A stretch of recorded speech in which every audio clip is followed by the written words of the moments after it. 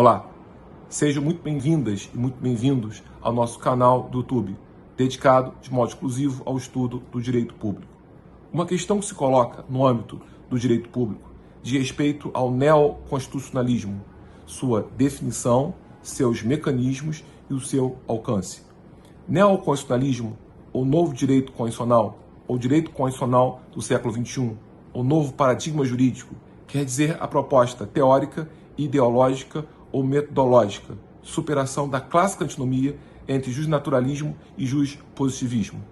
Proposta teórica, ideológica ou metodológica, porque na verdade seria ora visto como teoria, ora visto como ideologia, ora visto como método, que pretende a superação da tradicional antinomia entre justnaturalismo e justpositivismo. De um lado, se coloca o justnaturalismo, de acordo com o qual, a muito grosso modo, direito se esgota em princípios, de tal maneira que a atividade normativa do Estado tem claro viés declaratório, declara princípios que preexistem a ele. Do outro lado, se posta o justpositivismo, de acordo com o qual, também a muito grosso modo, direito se exaure em regras.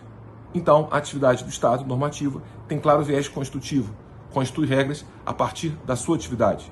Por isso, o neoconstitucionalismo, de acordo com Alfonso Figueroa, é um novo paradigma jurídico, alternativo ao paradigma justnaturalista e ao paradigma justpositivista, porque, em verdade, quer dizer norma, e norma ora com a estrutura de regra, ora com a estrutura de princípio. Não à toa, uma das balizas do neoconstitucionalismo é a força normativa dos princípios. Princípios são tão normas quanto são as regras. Não se conhece a distinção entre regras e princípios, de função, de estrutura, mas não diferença normativa. Todos são normas.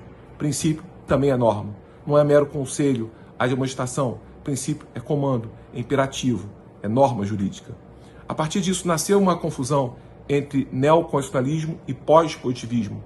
Posso afirmar que são primos, mas não são irmãos, e que há distinções entre eles. Três principais diferenças. Uma diferença temporal, uma diferença autoral e uma diferença estrutural. Enfoque dado, de certo modo, é diverso. Uma diferença temporal, porque o pós-positivismo nasceu na última década do século XX, ao passo que o neoconstitucionalismo adveio já no século XXI, em sua primeira década. Portanto, há 10 anos separando um movimento do outro.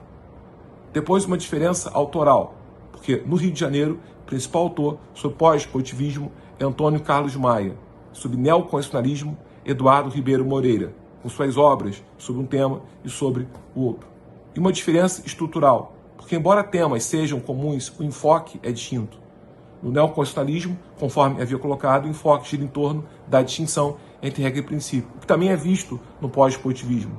Porém, no pós-positivismo, o enfoque central é a relação entre moral e direito. A ideia pela qual o direito não pode ser válido pelo simples fato de elaboração de normas de acordo com a Constituição, mas que a Constituição deve ter um conteúdo ético mínimo.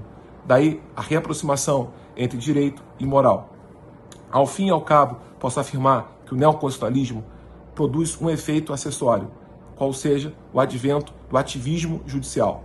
O ativismo é efeito do neoconstitucionalismo e tem o neoconstitucionalismo a sua causa filosófica. Vejam, se norma também é princípio, tanto quanto a regra, é natural que se empodere o poder que interpreta os princípios, o poder judiciário, e se enfraqueça o poder que constrói regras, o poder executivo e o poder legislativo que o voto legitimou. Na verdade, no século XXI, ao redor do mundo, não só no Brasil, um dos movimentos é o protagonismo judicial. Costuma ter como causa a judicialização e como efeito o ativismo. Portanto, uma clara relação entre neoconstitucionalismo e ativismo judicial. Até a próxima. Forte abraço a todos.